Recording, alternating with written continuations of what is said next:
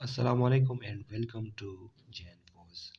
ये टॉपिक बहुत ज़्यादा इम्पोर्टेंट है। अक्सर स्टूडेंट इस इट्स में डिफरेंस नहीं जानते, इसमें मिस्टेक करते हैं कि ये इट्स किस लिए यूज़ करते हैं और ये इट्स किस लिए यूज़ करते हैं।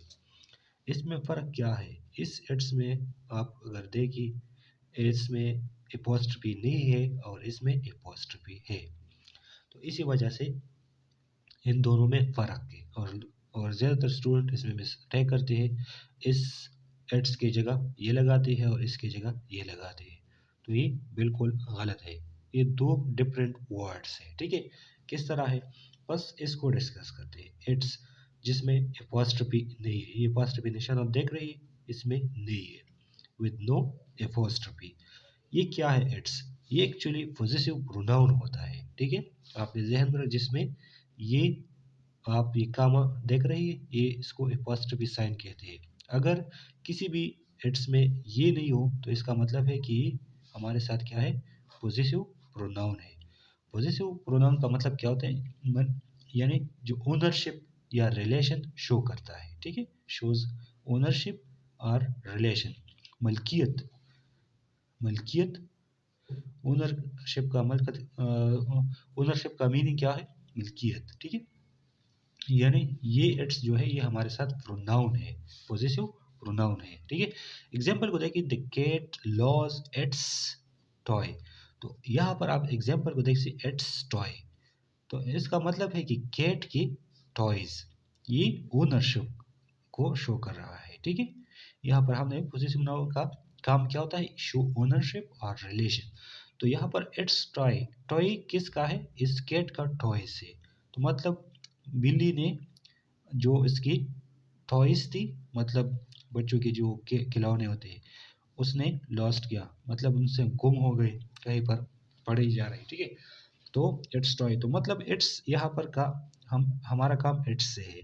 तो ये इट्स हमारे साथ ओनरशिप, मलकियत शो कर रहे हैं। मतलब ये टॉयज जो है ये किसका है, ये इट्स, ये इस कैट का है, ठीक है। तो इट्स ये हमारे साथ पॉजेसिव प्रोनाउन होता है।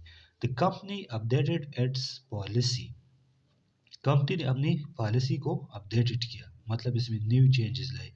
तो अब इट्स को देखिए, किस चीज़ में पॉलिसी, किसकी चीज़ की पॉलिसीज में अपडेटेड आ गई, कंपनी की।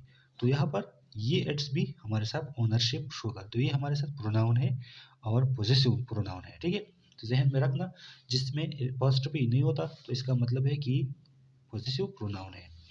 दूसरी को देखिए, इट्स एपॉस्ट्रोफी वाले जो प्रोनाउन, सॉरी, इट्स होता है, इसका मतलब क्या होता है, इसका मतलब है कंट्रैक्शन, मतलब एक वर्ड को शॉर्ट फॉर्म में लिखना। इसका मतलब या इट इज होता है या इट हैज होता है, ठीक है। आपने ध्यान रख, जब भी इस तरह एपॉस्ट्रोफी साइन आ जाए तो इसका मतलब है कि इसमें इट इज लिखा है या इट हैज लिखा है, ठीक है। तो आप किस तरह पहचाने कि इट इज है या इट हैज है। तो एग्जांपल को देखिए, इट्स अ ब्यूटीफुल डे। तो इट्स अ ब्यूटीफुल डे मतलब एक हमारे साथ प्रेजेंट टेंस है, ठीक है, प्रेजेंट इंडिपेंडेंट टेंस है। तो यहाँ पर आप देखिए, प्रेजेंट इंडिपेंडेंट टेंस है तो इसका हम इज का इस्तेमाल करते हैं, ठीक है। प्रेजेंट इंडिपेंडेंट टेंस में हम सिंपल टेंस का इस्तेमाल करते हैं, मतलब वर्ब की फर्स्ट फॉर्म लगाते हैं। तो अब यहाँ पर इज है तो इज हमने लगाया, इट इज, यहाँ पर इसका इट्स मतलब इट इज है। इट्स बीन ए वाइल, तो जब भी बीन आ जाए तो इसका मतलब है कि यहाँ पर हैज लगा है, ठीक है। बीन आ जाए या थर्ड फॉर्म आ जाए यहाँ पर, तो इसका मतलब भी इट हैज होता है या इट हैड होता है, ठीक है। तो जहन में रखना कि जब भी अपोस्ट्रोफी के साथ आए तो इसका मतलब है ये वर्ड शॉर्ट फॉर्म में लिखा है और इसका मतलब है इट हैज, ठीक है, या इट इज। तो I hope you understand this topic.